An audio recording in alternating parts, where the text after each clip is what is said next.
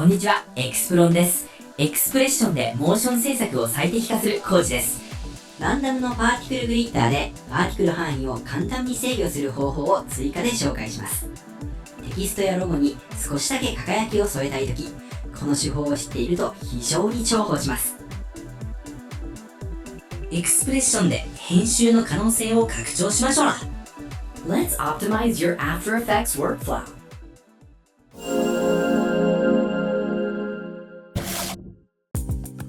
まずは核となるパーティクル素材から作っていきましょう。新規コンポジション、名前のパーティクル、コンポジションサイズ300×300。楕円形ツールをダブルクリックでシェイプレイヤーを作成。サイズ100×100。塗りのみにします。好きな色に変更します。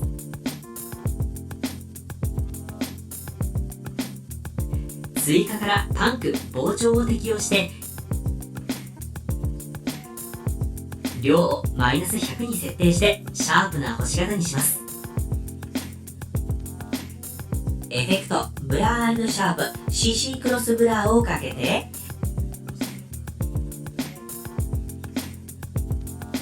レディアス X にエクスプレッション、ランダム30×100。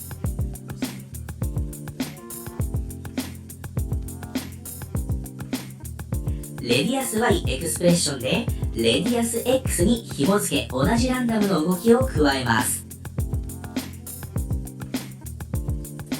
描画モード加算、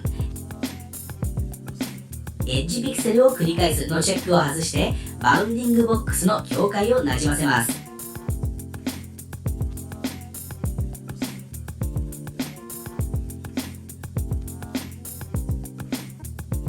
シェイプレイヤーのサイズにも縦横比を維持したランダムな動きを加えます。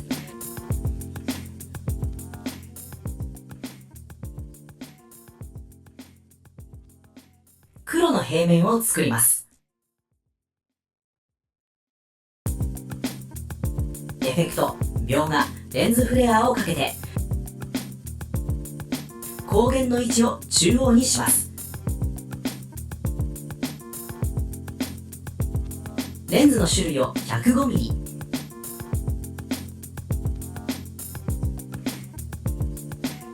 フレアの明るさ、瞬きを作るエクスプレッションを記述します。描画モードを加算にします。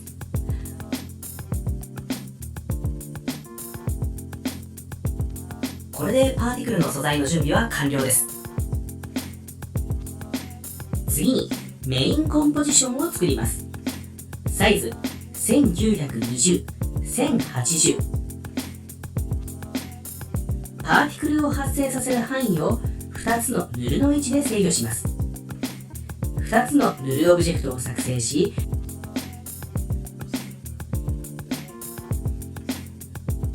名前をそれぞれポジション1、ポジション2にします。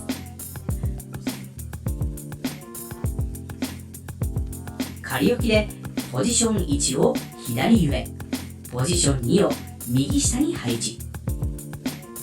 これら2点を結ぶ対角線の範囲内、ボックス内がパーティクルの発生エリアになります。パーティクルをコンポジションに入れて回転で好みの角度にします。位置にエクスプレッションでランダムを書きます。すべてのレイヤーを選択して P を押すと位置のみ開くので便利です。変数 P1 にポジション1の1の値、変数 P2 にポジション2の1の値を代入。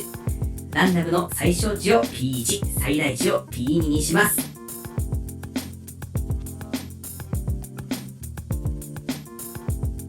これでパーティクルを2つのヌルが対角線になるボックスの中にのみ発生させることができます。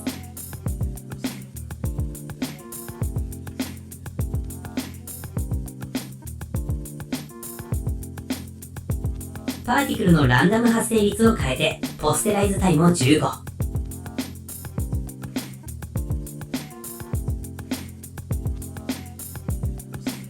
スケールにも XY 比率を合わせたランダムを適用します。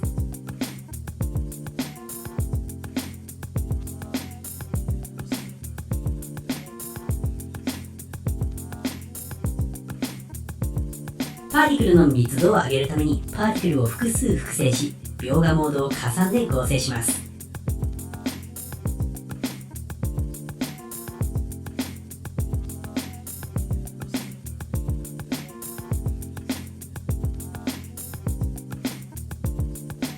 テキストや素材をコンポジションに入れて、2つのヌルの位置を調整してパーティクル発生の範囲を調整します。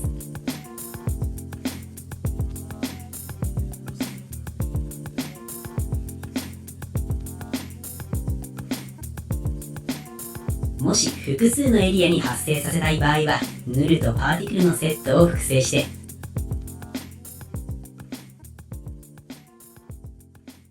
参照先を書き換えるだけで簡単に対応できます。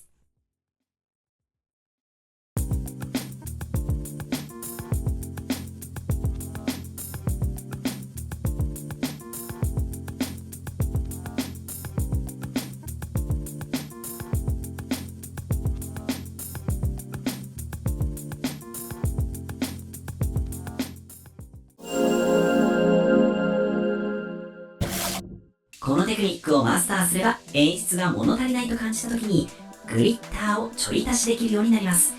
ぜひ活用して作品を輝かせてみてください。モーションは制御できる。See you next optimization.